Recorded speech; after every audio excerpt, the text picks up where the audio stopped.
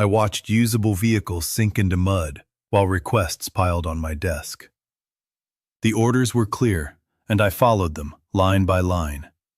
Each signature kept the books clean and the roads blocked. When the reports came back, I knew what my paperwork had held in place. June 1944, Northern France.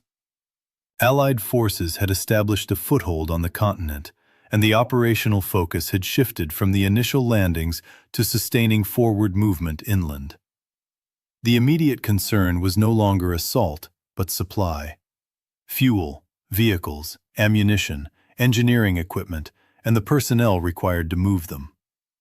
Rail lines lay damaged from months of bombing, ports were only partially operational, and roads designed for peacetime traffic were under constant strain from convoys moving day and night. Within this system operated transport officers, whose responsibilities were administrative rather than tactical. Their work involved manifests, allocation orders, clearance certificates, and coordination between depots, railheads, and motor transport units. Their decisions rarely appeared in after-action reports, yet those decisions determined whether equipment reached the front, waited in a siding, or remained idle in a holding area. One such officer was assigned to a logistics coordination unit supporting an Allied army group operating east of the Normandy beaches. His rank placed him below senior command, but above unit-level transport commanders. His post was located near a temporary railhead established along a repaired stretch of French track. The railhead functioned as a transfer point. Vehicles arrived by train, were unloaded, processed through documentation checks, and then reassigned to road convoys heading forward. The officer's daily routine began early. Each morning he reviewed arrival schedules, assessed available transport capacity, and verified paperwork submitted by depot clerks and rail transport detachments. Every vehicle shipment required multiple documents: proof of allocation, confirmation of unit assignment, priority classification, and fuel authorization. Errors were common. Units newly arrived from Britain often submitted incomplete forms. Field modifications made serial numbers difficult to verify. In some cases, documentation referred to units that had already been reassigned or dissolved. The system was designed to prevent loss and misallocation. Vehicles represented significant industrial output, and Allied doctrine emphasized accountability. No truck, half-track, or armored recovery vehicle was to move forward without confirmed authorization. The transport officer's task was to enforce these rules while keeping materiel flowing. In mid-June, the Railhead began receiving mixed shipments from depots in southern England. These shipments included standard cargo trucks, specialized recovery vehicles, and several transporters intended to move damaged armor from the front back to repair facilities. The trains arrived in irregular intervals due to air attacks on rail lines and congestion at ports. When several shipments arrived within a narrow window, unloading areas became crowded. At the same time, forward units were reporting increased vehicle losses. The hedgerow fighting inland required constant movement of infantry and supplies, and trucks were being damaged by artillery fragments, mechanical failure, and terrain. Requests for replacement vehicles increased. Field commanders pressed for rapid turnaround, often bypassing standard channels. The transport officer was aware of these pressures, but remained bound by his instructions. His office received a directive emphasizing adherence to priority codes issued by headquarters. Vehicles marked for secondary allocation were not to be reassigned without written authorization, regardless of circumstances. The directive referenced previous incidents where equipment had been diverted improperly, leading to shortages elsewhere. During this period, a particular shipment arrived consisting of several dozen vehicles, including fuel tankers and recovery trucks. The accompanying paperwork indicated they were allocated to a rear area maintenance formation that had not yet arrived on the continent. According to procedure, such vehicles were to be held at the railhead or moved to a designated storage area until the assigned unit reported in. However, the storage area near the railhead was already at capacity. Vehicles awaiting reassignment lined access roads and open fields. Some had been stationary for days, exposed to weather and occasional air attack. Engineers attempted to expand the holding area, but progress was slow. Field transport units requested temporary release of the newly arrived vehicles. Their requests cited immediate operational need and included endorsements from unit commanders. The paperwork, however, lacked the specific authorization required by the directive. The transport officer reviewed the requests and noted the discrepancies. He consulted his files and found no update rescinding the standing orders. In previous weeks, exceptions had been made informally. In those cases, officers had accepted verbal assurances from liaison staff or attached officers. These exceptions later drew scrutiny when audits revealed discrepancies between paper records and actual vehicle locations. As a result, headquarters reiterated the importance of strict compliance. Faced with these conditions, the transport officer chose to follow procedure precisely. He ordered the vehicles to be unloaded and parked in a designated overflow area near the railhead. He instructed clerks to file the incoming requests and await formal authorization. His decision was documented in the daily movement log. The overflow area, however, presented problems. It lay adjacent to a narrow road used by convoys moving east. Vehicles parked there reduced traffic flow, causing delays. Drivers reported difficulty maneuvering past the stationary equipment, particularly at night. Additionally, the area lacked adequate maintenance support. Some vehicles began to show signs of battery drain and minor mechanical issues from prolonged inactivity. Reports of congestion reached higher levels, but responsibility was diffused. Road traffic control units blamed the railhead for poor layout. Rail staff pointed to the volume of arrivals. Field units continued to request vehicles, sometimes sending officers in person to argue their case. The transport officer met with several of these officers. The discussions remained formal. He explained the need for proper authorization and cited the directive. In some cases, he suggested alternative sources, such as vehicles expected from other depots. These alternatives often existed only on paper and were subject to the same delays. Weather compounded the situation. Heavy rain turned the overflow area into mud, making movement difficult. Attempts to reposition vehicles required towing, further straining limited recovery assets. A small number of vehicles were damaged during these efforts, adding to the backlog.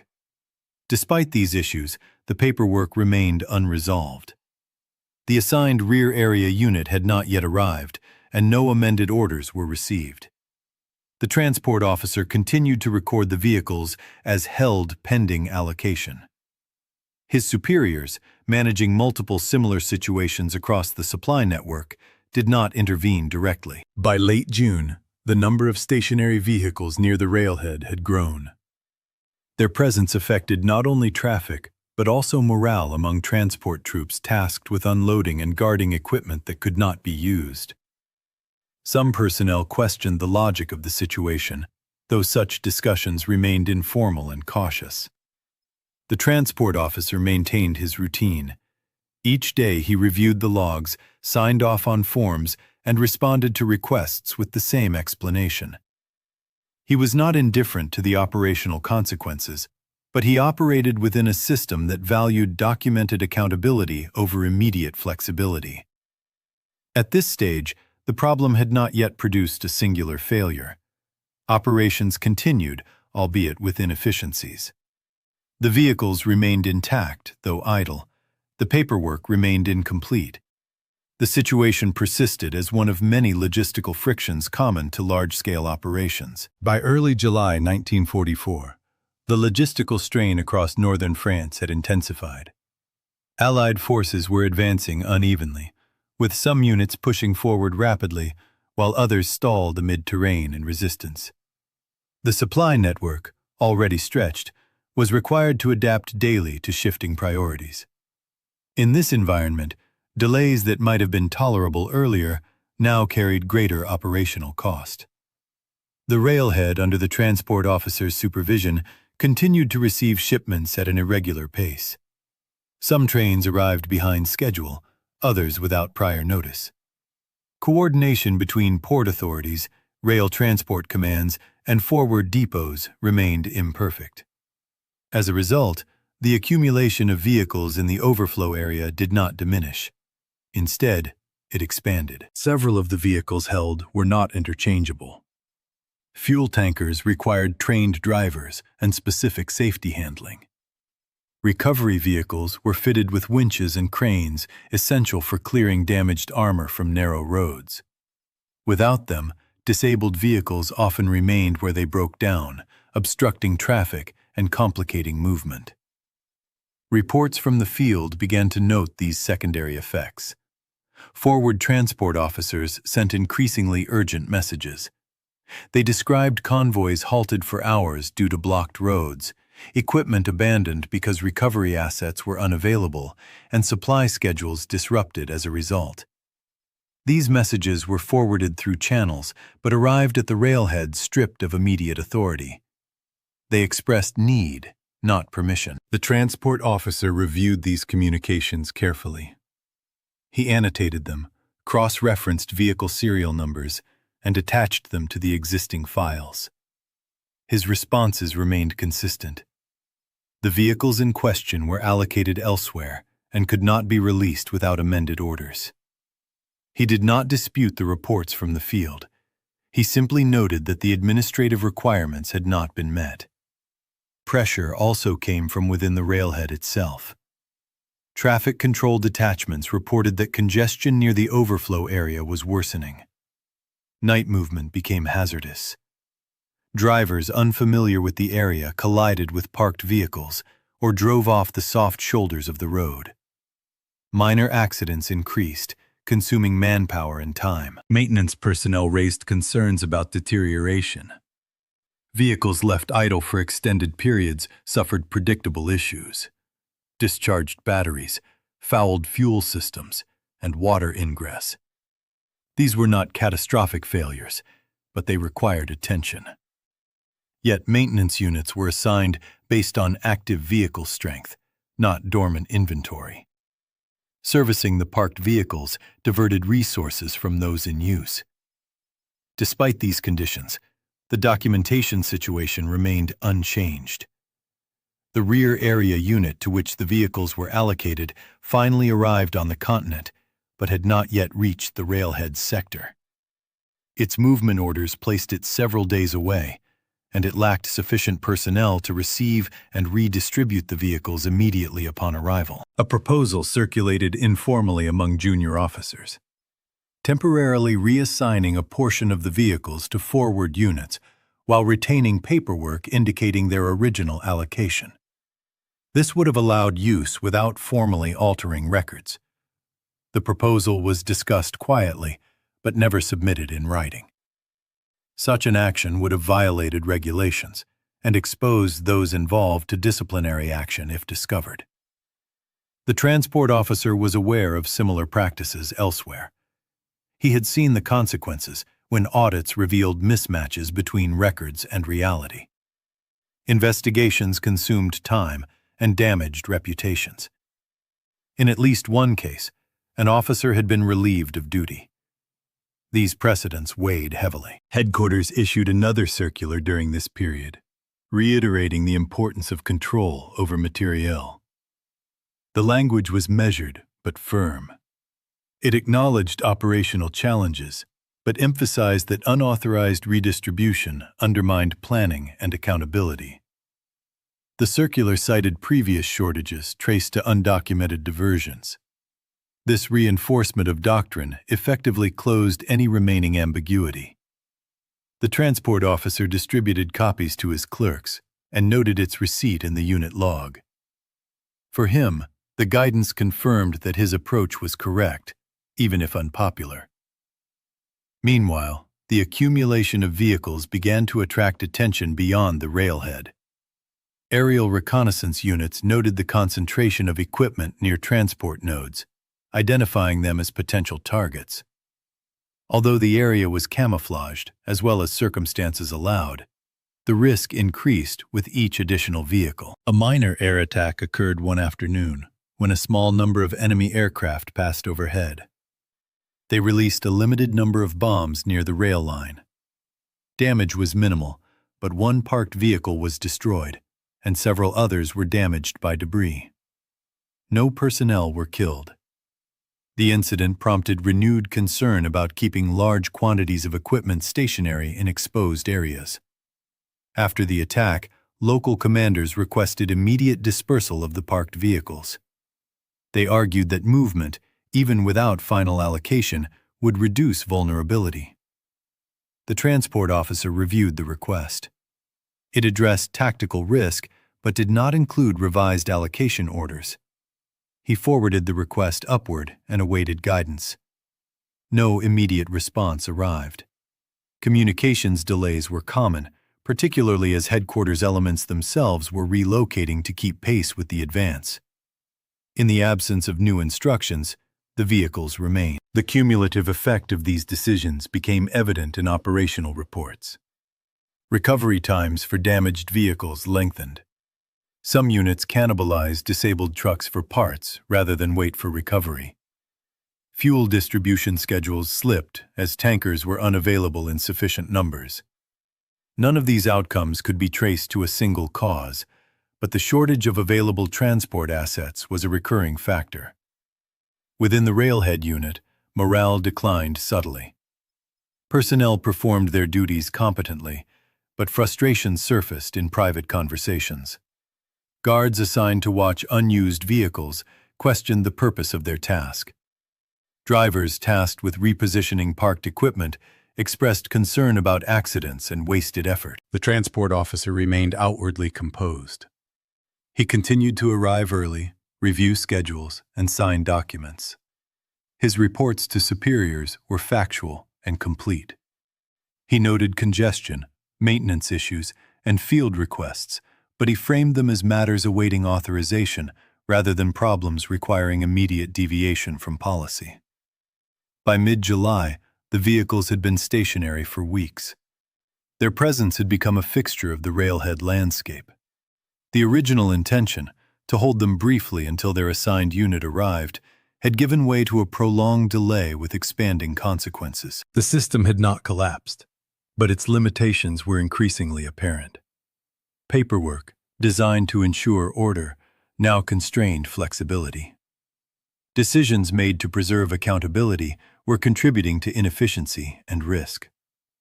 The transport officer stood at the center of this tension, executing his role as defined, while the effects of that execution spread outward through the supply network. By late July 1944, the operational environment around the Railhead had shifted again. The Allied breakout from Normandy altered supply patterns, increasing both distance and tempo. Units that had previously operated within short-haul ranges were now moving beyond them. The margin for delay narrowed, and the tolerance for inefficiency diminished accordingly. The transport officer received updated movement summaries reflecting these changes. Fuel consumption had risen sharply. Road maintenance units reported accelerated wear on vehicles forced to take detours around disabled equipment. Recovery assets were listed as critically short in several sectors. These summaries were not requests, but situational reports intended to inform planning. They did not alter allocation orders. At the same time, the rear area maintenance formation to which the held vehicles were assigned finally arrived within the Railhead's administrative area. Its advance elements reported in, confirmed their unit designation, and requested release of the vehicles listed on their manifests. However, their personnel strength was insufficient to absorb the full allotment. They lacked drivers, mechanics, and escort units. Their own orders directed them to establish workshops first and assume transport responsibilities later. The result was a new form of delay.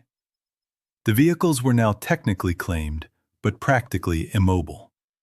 They could not be moved forward by the maintenance unit, nor could they be reassigned without further authorization.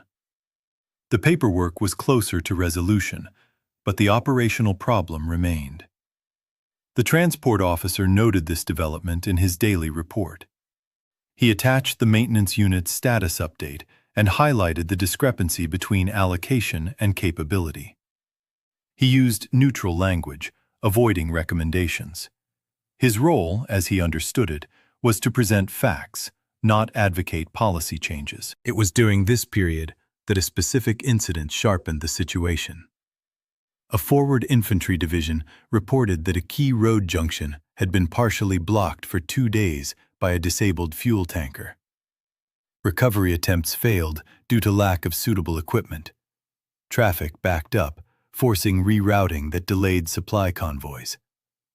The report included an assessment that further delay would affect planned operations. The transport officer recognized the vehicle type described. It matched one of the recovery-capable tankers held at the Railhead. The serial number was included.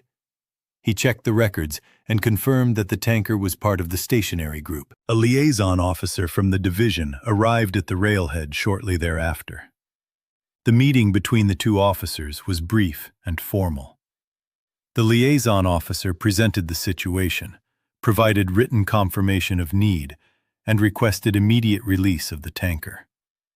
He acknowledged the allocation issue, but argued that the operational impact outweighed administrative concerns. The transport officer listened, reviewed the documents, and compared them against his instructions. The request still lacked amended allocation authority. The liaison officer did not dispute this.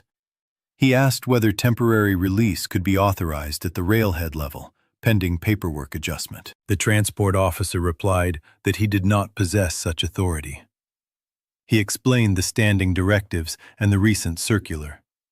The liaison officer accepted the explanation, but noted that the delay would continue until recovery assets arrived, which were not expected soon. He departed without further protest.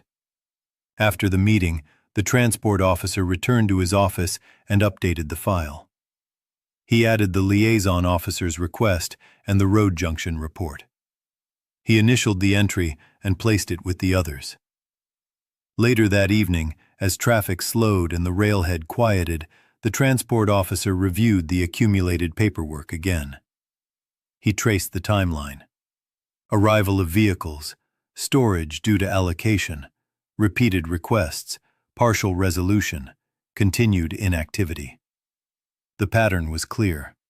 The system was functioning as designed, but the outcome was increasingly misaligned with operational reality. This realization did not immediately lead to action. It produced a shift in perspective rather than a decision. The transport officer began to consider the limits of his role. He had been trained to enforce procedure, not interpret intent. Yet the directives he followed were intended to support operations, not hinder them. The next morning, he received a routine inquiry from headquarters requesting an update on vehicle status at the Railhead. Such inquiries were standard, often part of periodic audits. The transport officer prepared his response, listing numbers, conditions, and allocations. He paused before finalizing it. Instead of submitting the standard summary, he appended a supplementary note. The note was factual, avoiding recommendation. It stated that several vehicles allocated to a maintenance unit remained idle due to lack of receiving capability, while forward units continued to report shortages in comparable assets. It referenced specific reports and serial numbers. It did not request permission, but highlighted the situation in explicit terms. Submitting such a note carried no formal risk, but it deviated from his usual practice of minimal commentary. He signed and sent the report through official channels. Days passed without response. Meanwhile, the road junction issue worsened. Additional vehicles broke down near the blockage. Engineers worked to improve alternate routes, but progress was slow. The transport officer received updates through liaison summaries rather than direct orders. Another air alert interrupted operations one afternoon. Although no attack materialized, the alert underscored the vulnerability of stationary equipment. Personnel took cover while vehicles remained exposed. Afterward, a damaged tarp and minor shrapnel marks were noted on one of the parked trucks, likely from earlier activity. The transport officer's superiors visited the Railhead during this period. The visit was brief and focused on overall throughput rather than specific cases. The accumulation of vehicles was noted but attributed to general congestion. No immediate directives were issued. That evening, the transport officer received a reply to his supplementary note. The response acknowledged receipt and thanked him for the detailed information. It stated that allocation adjustments were under review and advised maintaining current procedures until further notice. The message did not authorize release. It did not resolve the situation. It did, however, indicate awareness at a higher level. The turning point came not from an order, but from a practical constraint. One of the stationary recovery vehicles developed a mechanical issue due to prolonged inactivity. A battery failure rendered it inoperable without maintenance. Repair required parts and labor that were not immediately available. The vehicle's condition was reported as non-operational pending service. This development altered the accounting.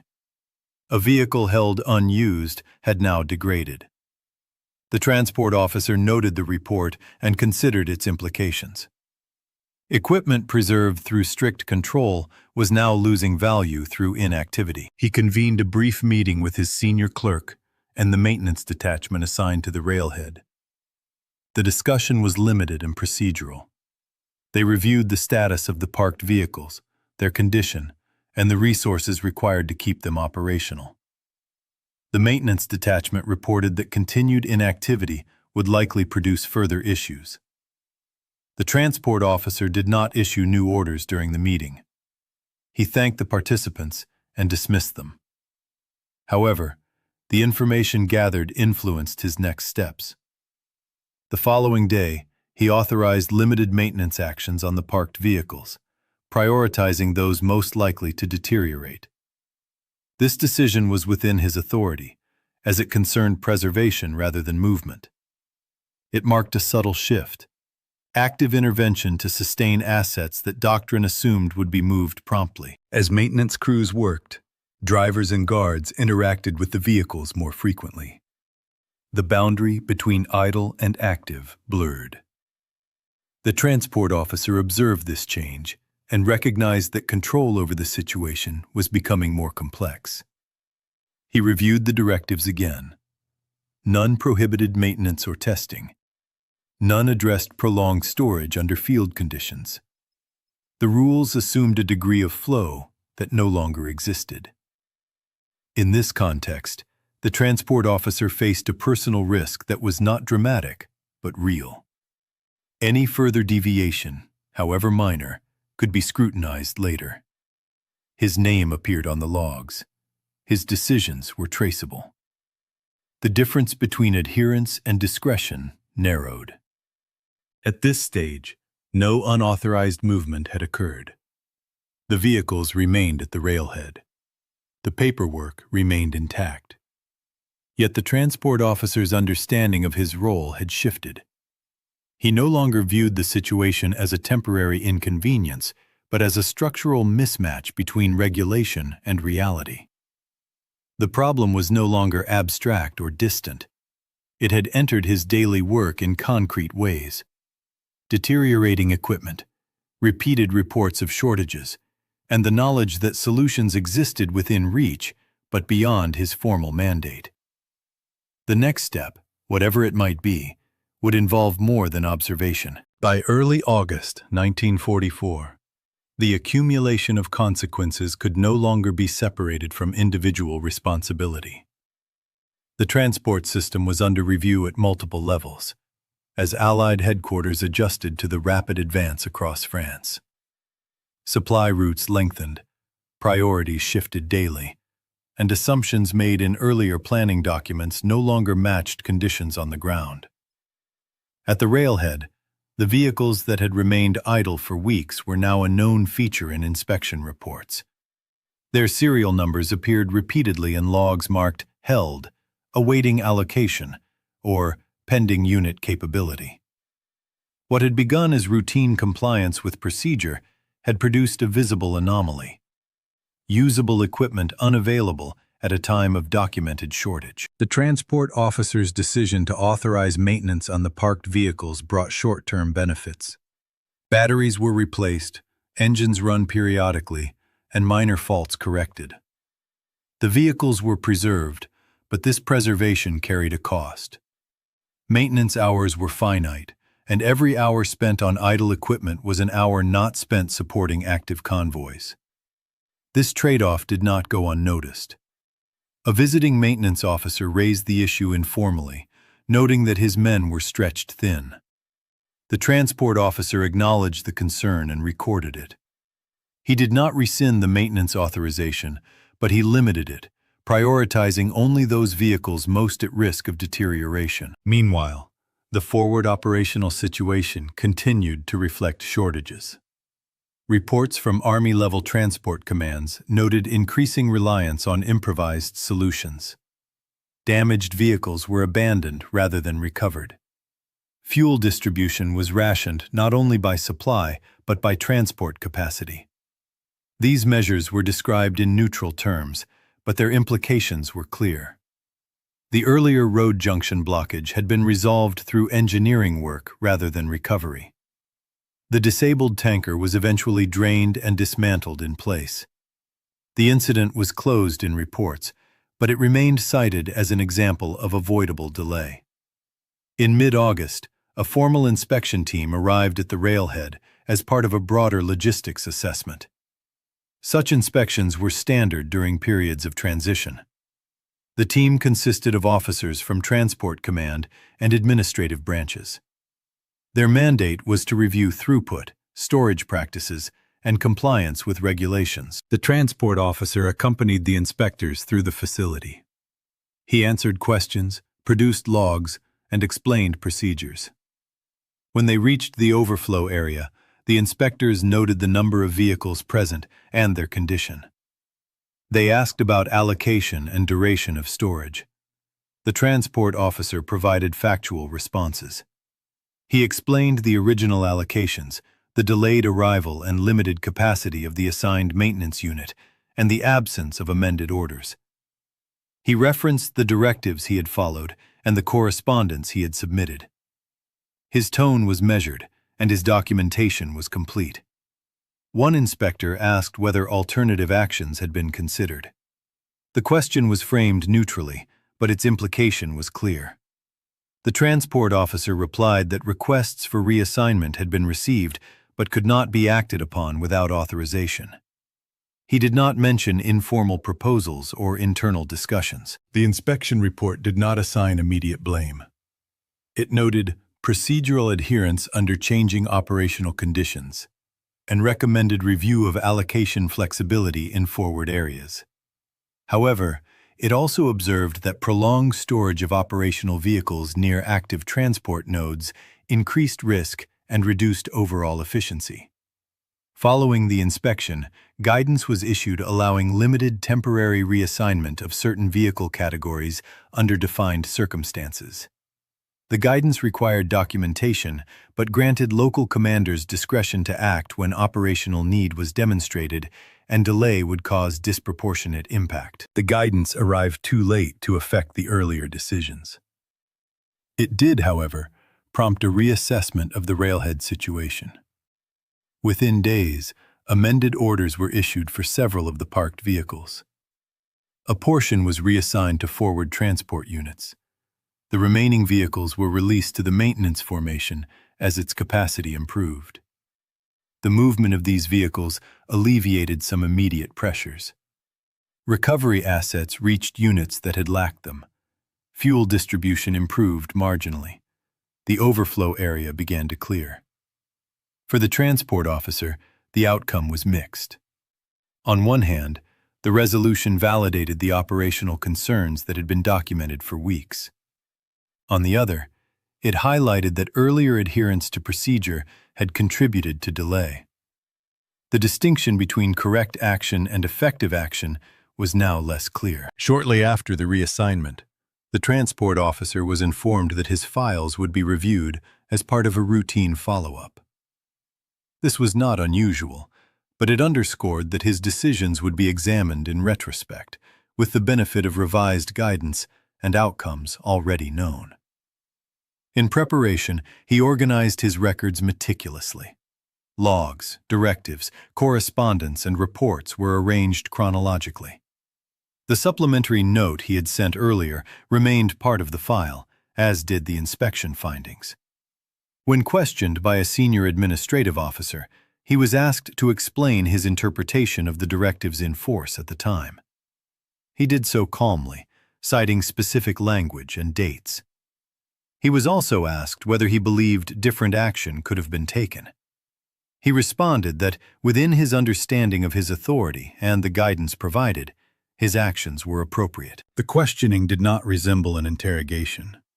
It was analytical, focused on process rather than intent. No disciplinary action was indicated. However, the discussion made clear that institutional expectations were shifting.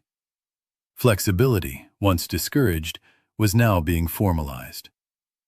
The transport officer returned to his duties with the same composure he had maintained throughout. The railhead was less congested. Vehicles moved through more quickly. Paperwork still mattered, but it no longer held absolute precedence over immediate operational need. The experience left its mark in subtler ways. The transport officer became more attentive to the intent behind directives, not just their wording. He continued to document carefully, but he also framed reports to highlight potential mismatches between policy and reality. The decision that had stranded more than vehicles had not resulted in a single dramatic failure. Its consequences had unfolded gradually, through delays, inefficiencies, and increased risk. Responsibility was distributed across a system designed for order in conditions that increasingly demanded adaptation. The final assessment of that period did not single out individuals. It identified structural rigidity as a factor requiring correction. Yet within that structure, individual decisions had mattered, shaping how long problems persisted and how costly they became. The transport officer's role in that process was neither heroic nor negligent. It was representative of a system in transition, where rules written for one phase of war were applied to another, with imperfect results. In the weeks that followed the reassignment of vehicles and the implementation of revised guidance, the railhead settled into a new rhythm.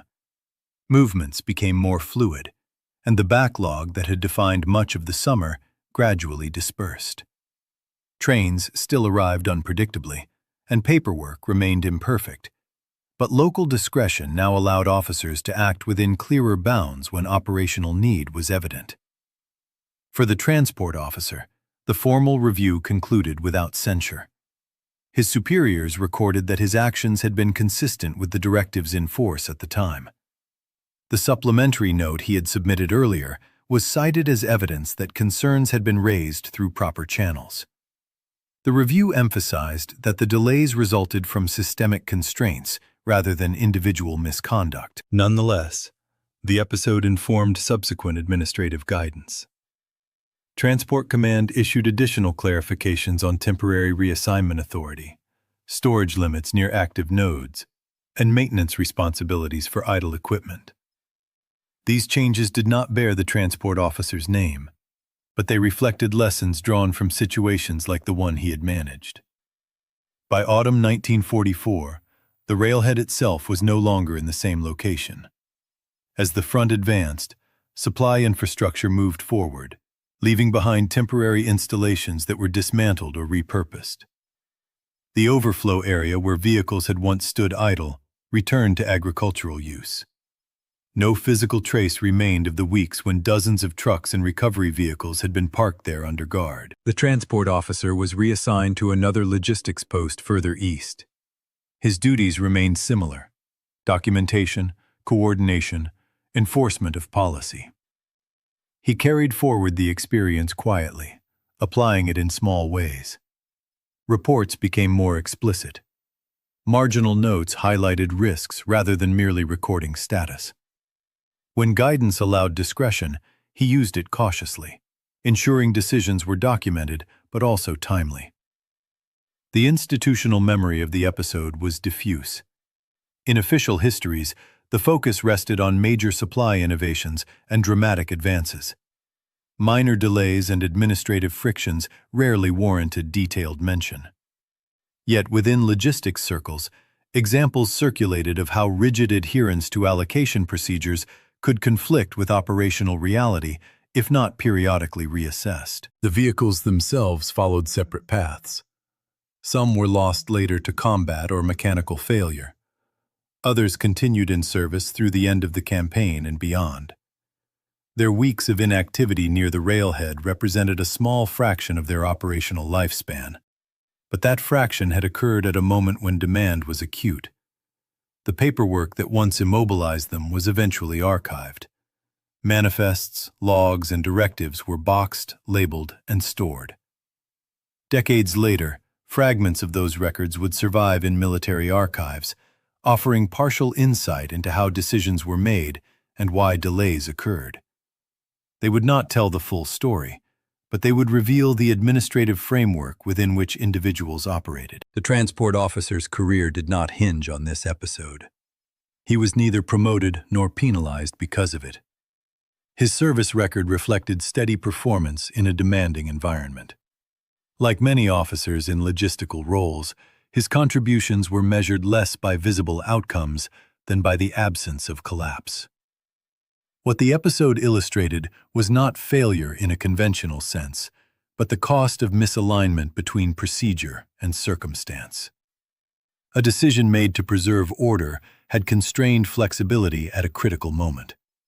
The impact was cumulative rather than catastrophic, affecting movement, maintenance, and risk across multiple units. Such decisions rarely attract attention in narratives of war. They do not produce decisive battles or dramatic reversals.